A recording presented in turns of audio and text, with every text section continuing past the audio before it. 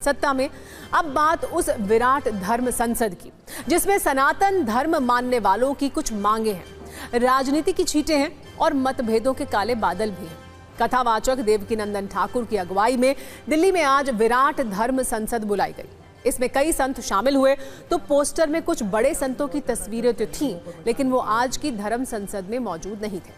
कौन नहीं था और क्यों नहीं था, इस पर न्यूज मित्रों के लिए सत्ता की छोटी सी कुंजी हमने तैयार की है, जिसमें आपको धर्म संसद के भविष्य के एजेंडे की तस्वीर काफी साफ साफ दिख जाएगी। लेकिन पहले ये समझ लीजिए कि जो संत धर्म संसद में आए उन्होंने क्या कहा और धर्म संसद का एजेंडा क्या था। आज के धर्म संसद के 3 बड़े एजेंडे रहे। पहला एजेंडा, देश में शीघ्र से शीघ्र सनातन बोर्ड का गठन किया जाए।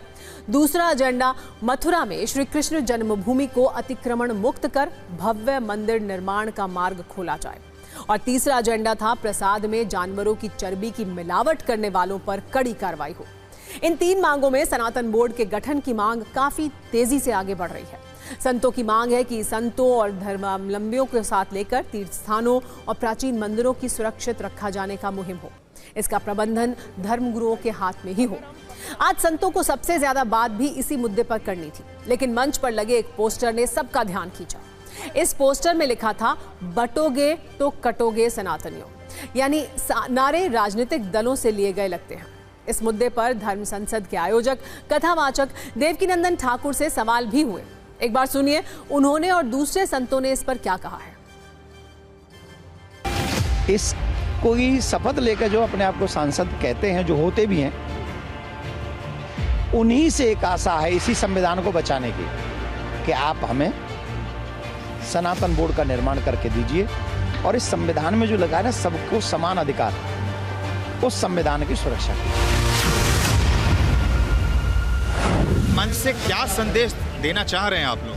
एकमात्र पूरे सनातन परंपरा के लोगों को जोड़ना, जातिवाद क्षेत्रवाद से ऊपर उठ करके राष्ट्र धर्म के लिए हम काम कर पाएं, सनातन वैदिक परंपरा का संरक्षण संवर्धन कर पाएं और हमारे मठ मंदिरों का प्रबंधन सरकार नहीं करेगी, हमारा सनातन बोर्ड करेगा।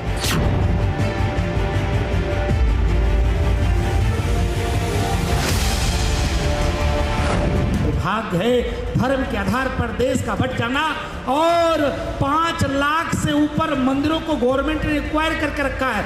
लाख है भाई, जग जाओ, अगर नहीं जगे तो जम्मू कश्मीर से भगा दिए गए हो।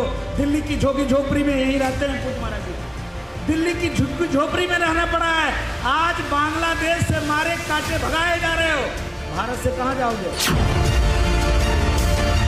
जातियों में बांटा जा रहा है, पर समझने वाला ये समझ नहीं पा रहा है कि जैसे एक घर होता है, घर में कमरे होते हैं, उसी तरह धर्म है और धर्म में जितने कमरे बने हैं वो जाति के माध्यम से बने। अरे कब तक सोओगे, अभी नहीं तो कभी नहीं।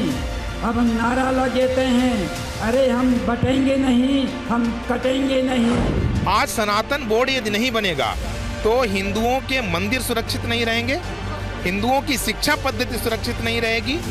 यदि सनातन बोर्ड नहीं बनेगा तो धीरे धीरे हिंदुओं को बांट करके समाप्त कर दिया जाएगा। जिन लोगों को आना था वो लोग नहीं आ पाए। अगर सब लोग आते तो और मजबूत संदेश जाता। हाँ, बहुत मजबूत संदेश जाता। जिनको आना चाहिए था वो नहीं आए, लेकिन जो यहाँ से जो आवाज गई है, शब्द वही ब्रह्म, शब्द साक्षात ईश्वर का रूप है और ये शब्द नष्ट नहीं होगा।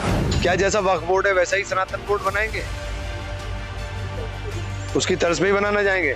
तो क्या मठों की मंदिरों की सारी प्रॉपर्टी पे निगाहें आ गई? हम क्या मठों और मंदिरों की प्रॉपर्टी को भी इसी तरह खुर्द करने की तैयारी है जैसे वक्फ बोर्ड के अंदर हो रही है?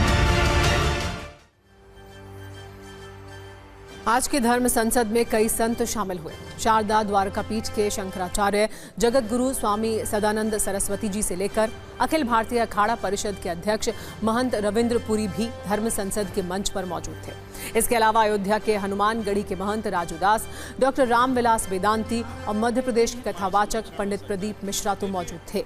लेकिन कुछ ऐसे बड़े संत मौजूद नहीं थे जिनकी तस्वीर तो पोस्टर में थी, लेकिन वो पहुंचे नहीं। इस धर्म संसद में नहीं पहुंचने वाले संतों में जूना अखाड़े के महामंडलेश्वर स्वामी अवधेशानंद जी गिरी, कल्की धाम के प्रमुख आचार्य प्रमोद कृष्णम, अखिल भारत हिंदू महासभा के राष्ट्रीय अध्यक्ष स्वामी चक्रपाणी, पतंजलि योगपीठ के आचार्य बालकृष्ण, मलूक पीठाधीश्वर श्री जगत गुरु स्वामी राजेंद्र दास, स्वामी गोविंद देव गिरी जी महाराज, स्वामी दीपांकर जैसे संत सनातन एकता पर तो सहमत हैं, लेकिन वो आज की धर्म संसद से थोड़ी दूरी ही बनाकर रख रहे हैं। यानी ज्यादातर बड़े संतों ने इस धर्म संसद से दूरी बना ली और जो शामिल हुए उसमें कई तो बीजेपी में रह चुके हैं और कई बीजेपी के लिए चुनाव प्रचार करते रहे हैं। जैसे डॉक्टर रामविलास वेदांती बीजेपी के सदस्य रहे हैं, जबकि महंत राजूदास खुले तौर पर बीजेपी का समर्थन करते हैं। वैसे तो इस धर्म संसद के लिए बीजेपी और कांग्रेस समेत 36 राजनीतिक दलों को आमंत्रण भेजा गया था, लेकिन राजनीतिक दलों ने भी इससे दूरी ही बनाई। ऐसे में कुछ लोग सवाल उठा रहे हैं कि सनातन बोर्ड की याद महाराष्ट्र चुनाव से ठीक पहले क्यों आई है।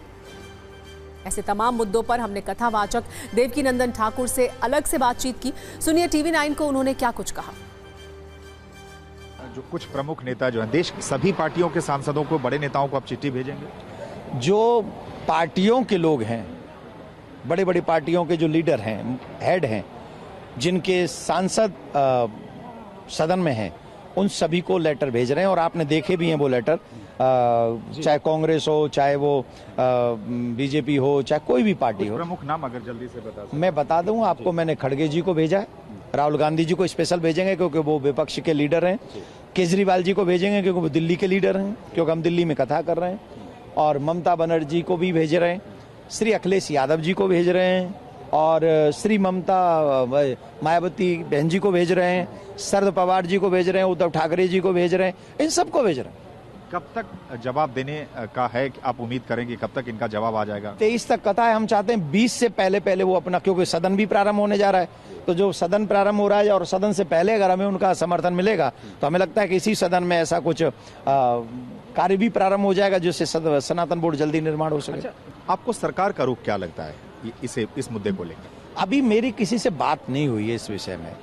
हमने पहले जनता के पास में गए कि जनता ये चाहती है कि नहीं, तो जनता चाहती है, जनता का समर्थन ये महात्मा चाहते हैं, धर्माचार्य चाह रहे हैं, आप देख रहे हैं कि सनातन में के लिए इकट्ठे हो रहे हैं। तो जब ये लोग चाहेंगे तो सरकार तो हमें देगी।